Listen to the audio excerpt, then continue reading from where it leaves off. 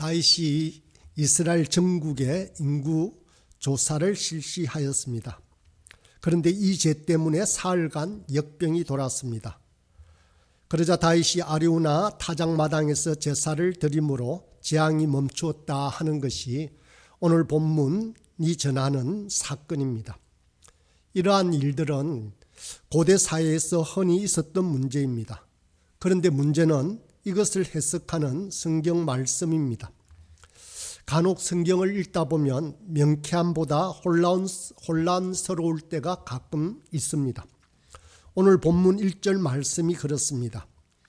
여호와께서 다시 이스라엘을 향하여 진노하사 그들을 치시려고 다윗을 격동시키사 가서 이스라엘과 유다의 인구를 조사하라 하신지라 라고 되어 있습니다. 하나님께서 다윗을 충동하여 인구조사라는 죄를 행하게 했다라는 말씀입니다. 그렇다면 이것은 하나님께서 행한 것이지 인간의 죄가 될 수 없는 것이 아닌가 하는 생각이 듭니다. 그래서 그런지 150년 후에 기록되어진 역대기서에서는 다르게 설명하고 있습니다. 역대상 21장 1절에 보면 사탄이 일어나 이스라엘을 대적하고 다윗을 충동하여 이스라엘을 계수하게 하니라. 이 말씀에서는 주범이 사탄이라는 것입니다. 그러면 무엇이 맞을까요? 아마 이 말씀은 하나님께서 사탄에게 이 일을 하도록 허락했다라는 뜻일 것입니다. 아마 어떻게 설명하든지 간에 인구조사는 하나님께서 행하신 것이다 라고 생각할 수 있습니다. 그렇다면 하나님께서 죄를 만들어내고 그 죄에 대하여 심판을 하는 것은 설명하기가 어렵습니다. 우리도 살아가다 보면 우리가 계획하거나 의도하지 않았던 일들이 우리에게 발생합니다. 질병이나 재난 등 우리가 계획하지 않은 엄청난 일들이 갑자기 우리 인생에 벌어지기도 합니다. 동양에서는 이것을 운명이라고 부르지만 성경에서는 하나님의 뜻하심이다라고 부릅니다. 전능하신 하나님께서 다스리는 세계에 결코 우연이라고는 없습니다. 모두 다 하나님의 계획 하에 있고 통제 아래에 있습니다. 만약에 우리에게 일어나는 엄청난 재앙이 하나님 없이 우연히 일어났다라고 한다면 그것은 정말 더 큰 일이 되고 맙니다. 이 재앙을 통제할 수가 없기 때문입니다. 아무리 불합리하게 보일지라도 성경은 아랑곳하지 않고 하나님께서 그렇게 하셨다라고 말씀합니다. 이전에 애굽의 바로가 이스라엘 백성을 괴롭혔는데 그것도 하나님께서 바로의 마음을 강팍하게 하셔서 그렇다라고 성경은 설명하고 있습니다. 하나님께서 결정했기에 아무도 막을 수가 없습니다. 그러므로 우리는 우리 인생에서 벌어지는 일들을, 이 운명을 받아들이는 법이 아주 중요합니다. 빨리 수긍할수록 역설적으로 그 운명에서 벗어날 수 있는 길이 열린다라고 할 수 있습니다. 이 때문에 이스라엘은 하나님을 원망하는 길로 가지 않았습니다. 오히려 욥처럼 자신의 처지를 한탄하거나 아니면 오늘 다윗처럼 자기 안에 있는 죄를 찾아 정화하는 방법을 취했습니다. 의로우신 하나님께서 악을 만들어낸다는 이 불합리성이 사실은 우리에게 희망을 가져주는 것입니다. 만약 악이 원인도 없이 우연하게 벌어지거나 실제 악마가 그렇게 조장한다면 우리 인생은 더욱더 절망적일 수밖에 없습니다. 그렇게 운명에 맞서 싸우다가 산산이 부서지는 수밖에 없기 때문입니다. 그러나 선하신 하나님, 우리를 사랑하는 하나님의 손에 이 악이 통제되고 있다라고 생각하면 거기에는 우리의 희망이 있습니다. 전쟁이나 기근이나 역병이 하나님의 손에 있습니다. 그 재앙보다도 훨씬 크신 분이 바로 하나님이십니다. 본문 16절을 보면 여호와께서 이 재앙 내리심을 뉘우치고라고 되어 있습니다. 하나님은 이것을 후회하고 계십니다. 여러분, 하나님께서 전쟁과 테러가 인류를 괴롭힌 것에 대해서 후회하실 것 같습니까? 엄청난 재앙과 참사들이 일어날 때 그 비극에 대해서 가슴 아파하실 것 같습니까?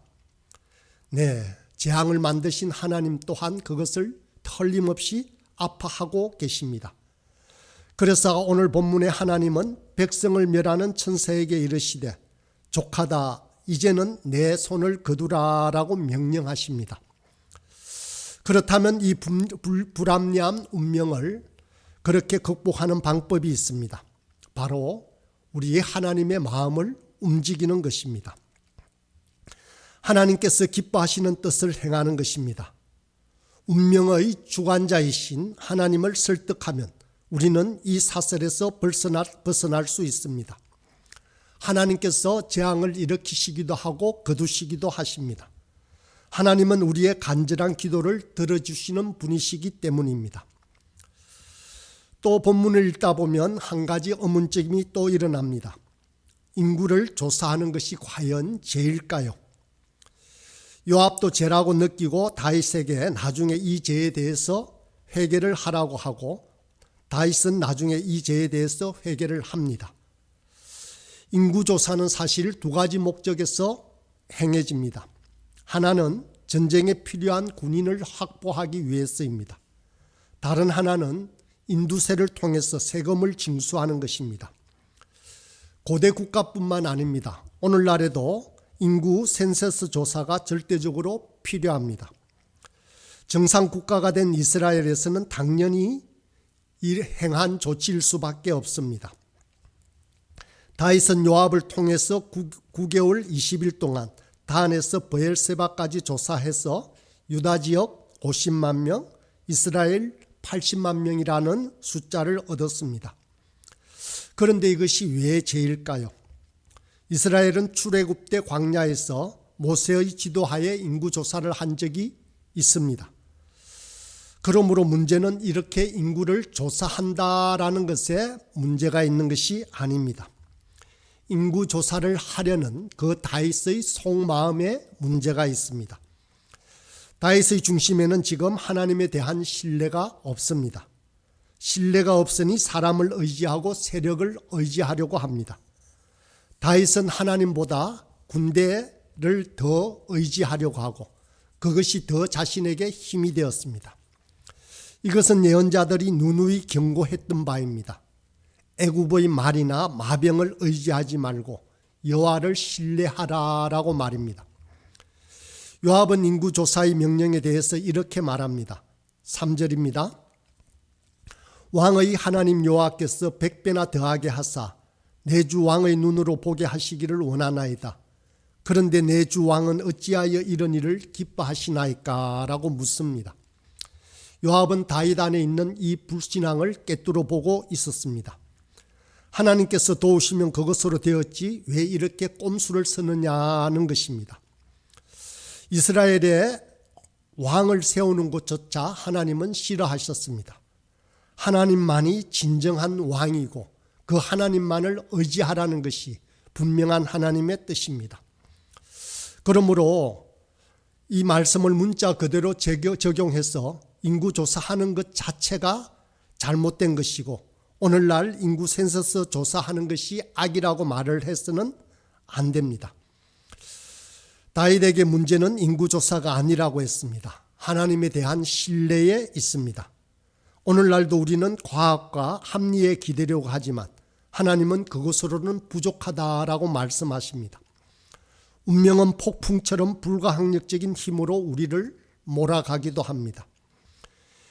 이럴 때 우리는 다른 꼼수를 생각해서는 안 됩니다.